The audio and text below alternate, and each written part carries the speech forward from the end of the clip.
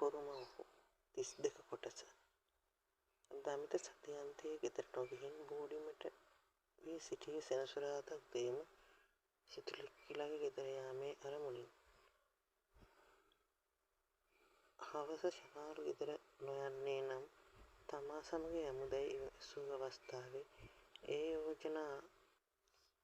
ඒ යෝජනාව මගහැරියේ බොහොම අමාරුවෙනි. බැහැ මචං, මේ වෙලාවේ මම උඹලා ගෙදර එන එක හරි නෑනේ.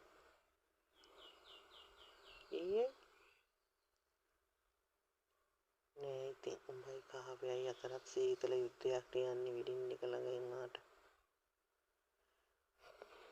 අනික උඹ කියන විදියට උඹ අම්මත් එක්කත් ඇවිල්ුණු ගමන් ඉන්නව ඇත්තේ. ඒක නම් එහෙම තමයි බං. ඒ වුණාට උඹට ප්‍රශ්නයක් වෙන්නේ නෑනේ ඒක.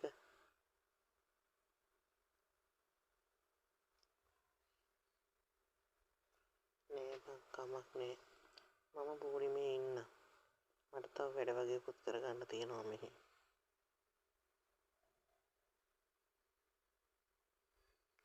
අනේ මන්ද උඹේ කැමැත්ත.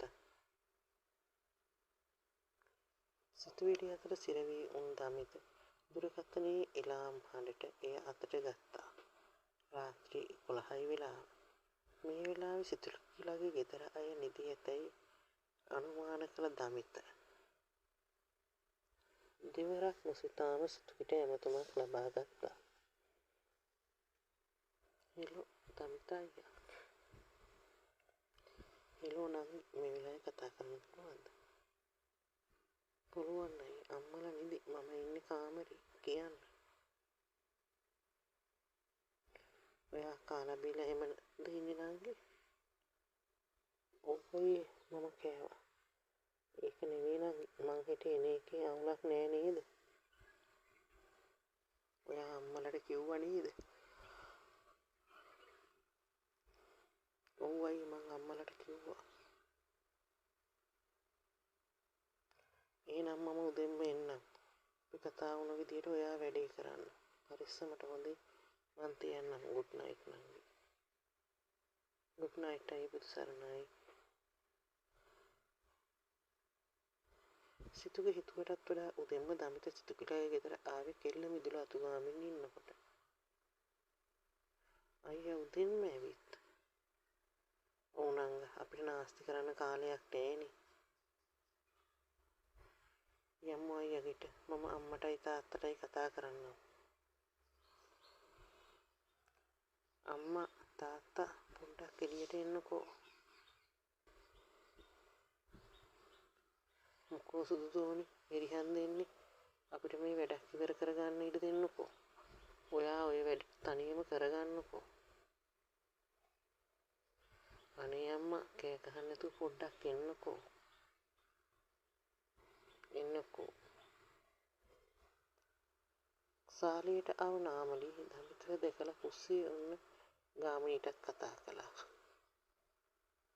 දමිත ගෙනාව ලොකු අයිසින් කේක් එක සිතුගේ අතට දෙන ගමන් අම්මා තාත්තා දෙන්නටම දන ගහලා වැන්දා. තුරුණුවන්ගේ සරණයි. නාමලී ගාමිණී දෙන්නම ආශිර්වාද කළා. සිතුගේ දමිත ගෙනා කේක් එක අම්මා අතට දුන්නා. අනේ පුතා, මොකටද මේවා උස්සන් ආවේ? කේක් එක ගන්න ගමන් නාමලී දමිතගෙන් ඇහුවේ ඔහුට සිනාවක් පාලා. ඒකට කිසිවක් නොකී දමිත නාමලීට පෙරලා සිනාවක් පෑවා. පුතා තාම හිටගෙන ඉඳගන්නකෝ. කියමින් ගාමිණී කුරුසිටියට අත දෙකු කළා. ඉතින් පුතා කොහොමද?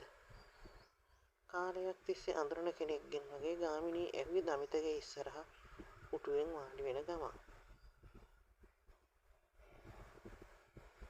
වරදක් නෑ තාත්තා, හොඳින් ඉන්නවා.